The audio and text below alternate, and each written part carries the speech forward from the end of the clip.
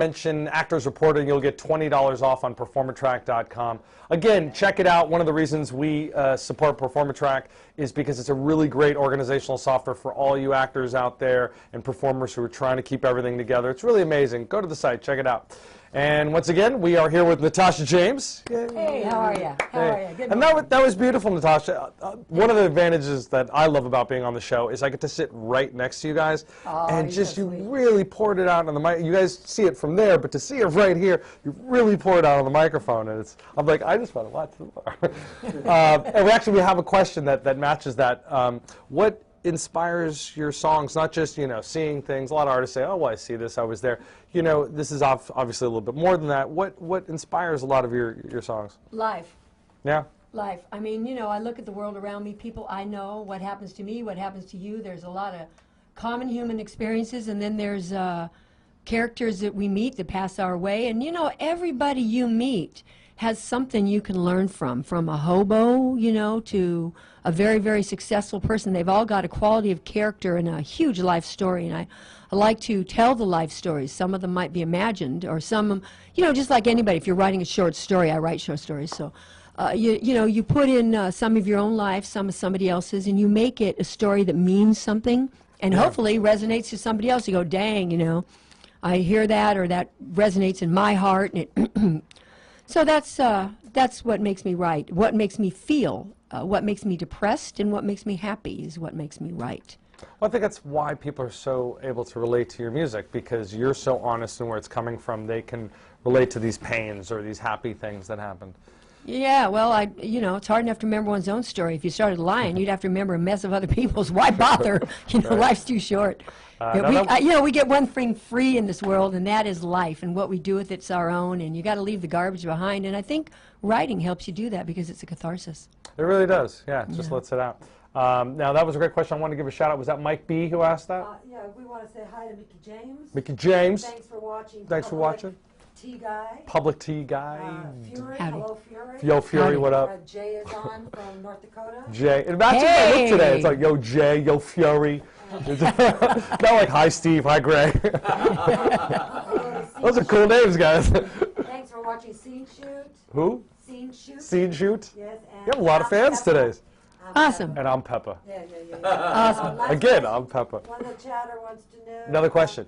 Who were your inspirations? He's a songwriter. He kind of likes Tracy Oh. Atkins. Who are your We have a songwriter. My I just inspirations. wanted to tell them so they can't hear her. The question was, who were some of your inspirations, that really influenced you? Well, that's interesting, and I'll divide the question into two parts. There's musical inspirations and lyrical inspirations for me. Musical inspirations are probably Brownie McGee and Sonny Terry, for the slide and the raw guitar qualities. And in recent times, compositionally, I love Lyle Lovett's work because he can take it from a small duo to a large band and mingle a lot of different styles of music seamlessly as well. And I also like Lyle's lyrical content. You mentioned Trace Adkins, I believe. He's one of my favorites in the country music world, and I actually wrote a tune I thought I was going to give to him, but it's going to be on my next album. So I can't tell you about it, but anyway, I get to do the song I thought I was writing for him. So cool. There you go. But who else? Really, I think of them when I'm not asked the question naturally. Right, that's how it always is. Van Morrison probably as well. Musically, for the musical qualities, Tom Petty, big fan of Tom Petty. For lyrics, though, my goodness, Robert Earl Keen. And speaking of country tunes, he's got Merry Christmas to the Family. It's one of my favorite Christmas tunes ever written. If you haven't heard it, give it a listen. It's great. Right on. Now, they do call you, oh, there he is right there, Van Morrison. There you go. I can't see what these. Now, one of the things you are called is the crossover queen. And one of the reasons is you can tell by your influences, such an eclectic style. You can hear it in your music, and it all really works together. Does that work for you, I would say, promotionally? I would think sometimes it helps and hurts, like people trying to pigeonhole you, going, well, what are you? Well, I've been pigeonholed as country. I won country album, I won country songwriter. Sure. I'm playing country music festivals. We do blues festivals and jazz festivals, too. It hasn't hurt me one bit, because what has happened is we've charted on adult contemporary, we've charted on top 40, we've charted on country, we charted on mainstream, we charted on the Roots Music Report, we charted on freeform roots. So I don't think that's hurting. You know, no, I think that's helping. yeah. It's definitely a help. So I think good music is good music, and the fact that it is all under the umbrella of country music, which is just really where some of the best music is today. Yeah. You know, and in the Americana music scene and roots music, I find that's the real live, great organic stuff. So it hasn't hurt me one iota. And actually, there's going to be a song that I'm co-writing with a dear friend of mine, Denny Flanagan, who's a keyboard player. Down in Mexico. I'm actually going down there after the awards. And he wrote it called Crossover Queen, and he was inspired by the name, and then we just wrote the tune together. But it's really more about the little pop starlets that come up, you know, rather than what I do. But you know, it's a good tune nonetheless. Yeah. Right on. So, now, Tequila Time. Let's actually let's. How does that different from your last album, your first album, Bad Judgment? Tequila Time, well, I don't know.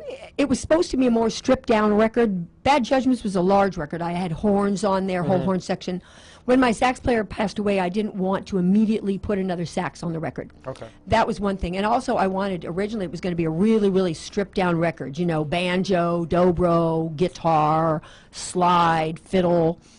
But then, you know, I needed percussion on one track. I thought, well, you know, I'll do an electric bass on that track. Well, then, gee, why don't I do a B3 pad on one of those tunes? Well, you know, you put a B3 pad on one song, you need a B3 pad on another tune. Right. Oh, well, then you put the B3 pad on there with the electric bass, and, well, dang, you know, you need traps for drums. You need a real drum. So the thing grew into, once again, a full band sound. But I would say that it is more... It delves more into country, Texas country, and country swing, and New Orleans country, and it also has a lot more acoustic blues, whereas the bluesier songs that are on Bad Judgments are Chicago Stax Volt era, full electric sound, and funky. And because the tunes have a sax and harmonica on it, you automatically think of them as less outlaw than they actually are. We're going to do a couple of those tunes for you today. Oh, cool. And we're going to do them with slide guitar and me on the resonator, and it gives it a slightly different flavor, and you go, oh, I see. So, that's great. You know, any song, I think Ray Charles proved that. You can make any song. A good tune can go rock. It can go country. It can go blues. You can do anything you want with it. If the song itself has legs, you can take it anywhere you want to go. Well, like you said earlier, that country music has kind of taken different form in the last era. Yes. It's almost crossover itself into the adult contemporary and this and that. So yeah, the solid base of all these influences kind of just fall into all these different genres. Now, Tequila Time, I got to ask, how did the name Tequila Time come? Well, I was down in Mexico when See, I knew there was going to be a story with you. I knew it. That's how I had it on the paper. I was like, I'm asking it. Yeah. And I kept getting invited to all these tequila tastings. I like tequila. I used to love tequila. I got a tour with you. Do you need a comedian to open for you, please? Sure. Let's talk about that. I'll be drunk half the time. Well, you know, I can't drink anymore. It's you know, it's I'll drink for you. You can. See, I'm supportive. There you go. You're very supportive. I'm a giver. And you'll have so much opportunity to do so because my audience It's because I care. So kind. I'll tell you a great story. We played the Tequila Festival down on the Sea of Cortez this last March. So it is bitter, God's bitter irony that now that I don't drink anymore, I'm asked to play a tequila festival with 3 miles of there. The picture you're seeing on the screen is taken from the tequila festival down in San Felipe. 3 miles of tequila booze, gourmet tequilas. You can't get them anywhere but these little small festivals. They come from all over Mexico with these fabulous boutique tequilas. Torture. It's like, oh, well, you know, I had to realize I have had all of them on more than one occasion. So I also have I'm a member of a tequila kind of club down there. That Marvin Porter, the racer, old NASCAR racer, his son, Kurt Porter, has a agave club, and it's the unending bottle of tequila. That's one of God's other bitter ironies. Now that I don't drink anymore, I have a tequila bottle that I keep getting for refills, but I can share it with everybody. So that's yes, great. You can. So anyway, I probably wrote the tune because I really wanted some tequila. Really? Yeah. Oh, that's awesome. Yeah, and that was actually the next tune we were fixing to play for you. So. Right on. Are we ready to go to hear that song? Sure, we are. All right, let's. Are you ready for Tequila Time out there? Yes, we are. Well then, okay. Here we go.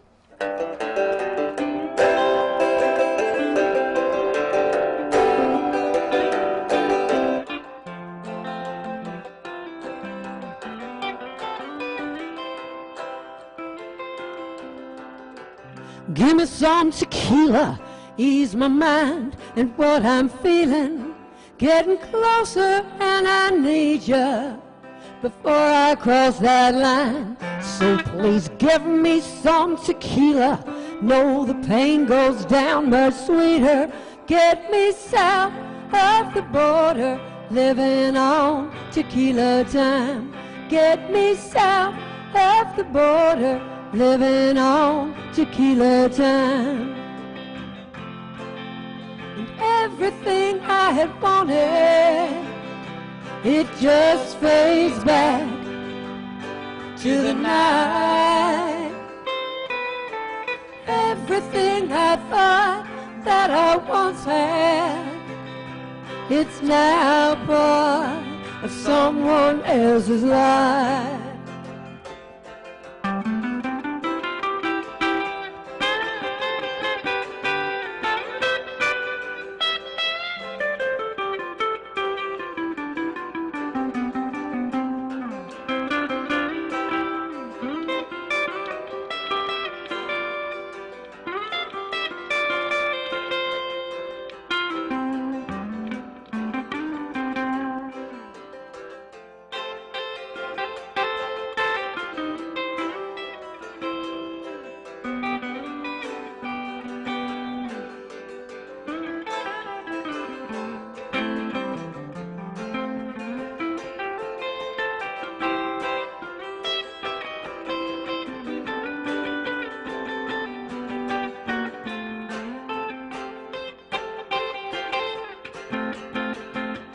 So just give me some tequila, pass that bottle here, I need you. Get me closer to no feelings, living on tequila time. Yeah, just give me that tequila. Know the pain goes down much sweeter. Get me south of the border, living on tequila time. Get me south of the border, living on tequila time. Get me south of the border, living on tequila time. Yeah! Natasha James, everybody.